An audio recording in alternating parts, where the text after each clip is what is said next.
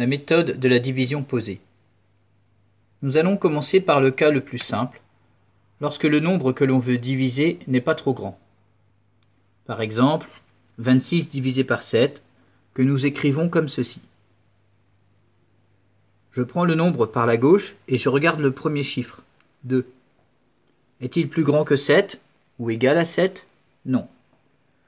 Je prends donc les deux premiers chiffres, j'obtiens le nombre 26. 26 est plus grand que 7, on peut continuer. Je vais maintenant utiliser la table de 7.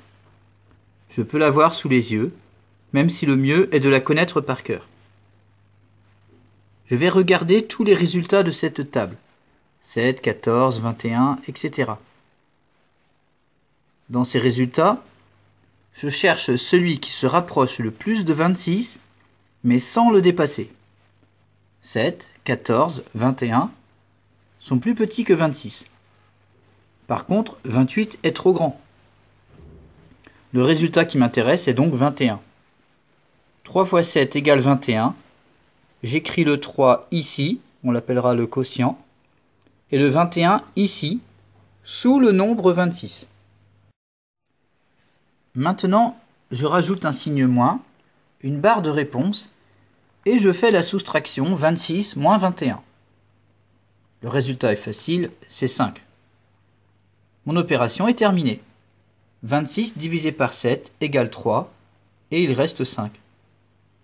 Dans cette division, 26 est le nombre que l'on cherchait à diviser, il s'appelle le dividende. 7 est le diviseur, 3 est le quotient, et 5 est le reste. Nous allons pouvoir reprendre cette technique pour toutes les divisions, même celles avec des nombres plus grands. Ici, par exemple, je veux calculer 528 divisé par 7. Je regarde le premier chiffre à gauche, 5. 5 est plus petit que 7. Je prends donc les deux premiers chiffres. Je forme ainsi le nombre 52. Et il est plus grand que 7. C'est donc lui que je vais utiliser. Pour l'instant, je ne m'occupe pas du troisième chiffre. Je reprends ma table de 7 et je cherche le résultat qui se rapproche le plus de 52, toujours sans le dépasser. Il s'agit de 49. 7 multiplié par 7 égale 49. J'écris 7 ici, c'est mon quotient, et 49 ici. Puis je fais la soustraction 52 moins 49, comme tout à l'heure. 52 moins 49 égale 3. J'ai fini la première étape, mais pas la division. Je forme un nouveau nombre en abaissant le chiffre 8 que j'avais laissé tout à l'heure. 3 et 8 forment le nombre 38. C'est ce nombre que j'utilise à présent. Retour à la table de 7. Dans les résultats de cette table, le nombre qui se rapproche le plus de 38 est 35. 5 fois 7 égale 35. J'écris 5 à côté du résultat de tout à l'heure et j'écris 35 sous le nombre 38.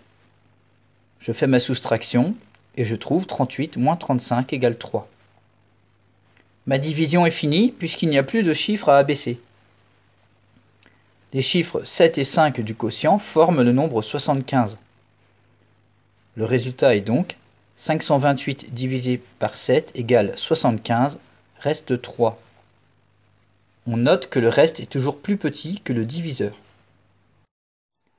Remarque, si le premier chiffre du dividende représente un nombre assez grand, c'est avec lui que l'on travaille. Ici par exemple, 7 est plus grand que 5. Dans la table de 5, le résultat le plus proche de 7 est 5, car 5 fois 1 égale 5. J'écris 1 dans le quotient et je termine la division normalement.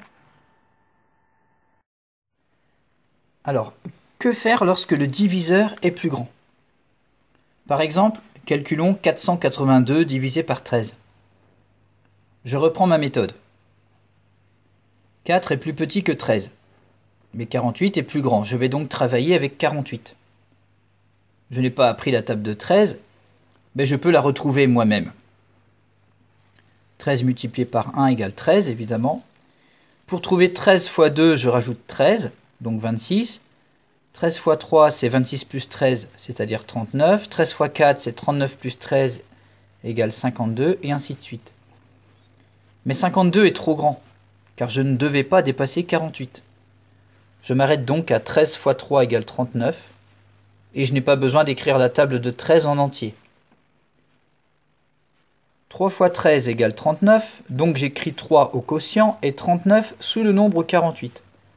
Je fais ma soustraction habituelle, 48 moins 39 égale 9. J'abaisse le chiffre suivant pour former un nouveau nombre. 9 et 2 forment le nombre 92. Je reviens à ma table de 13 et je cherche 92 dans cette table.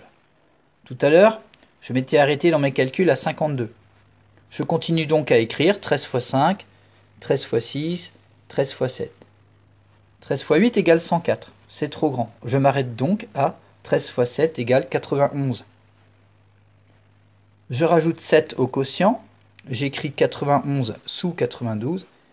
Et je fais la soustraction. 92 moins 91 égale 1, bien sûr. Voilà mon résultat.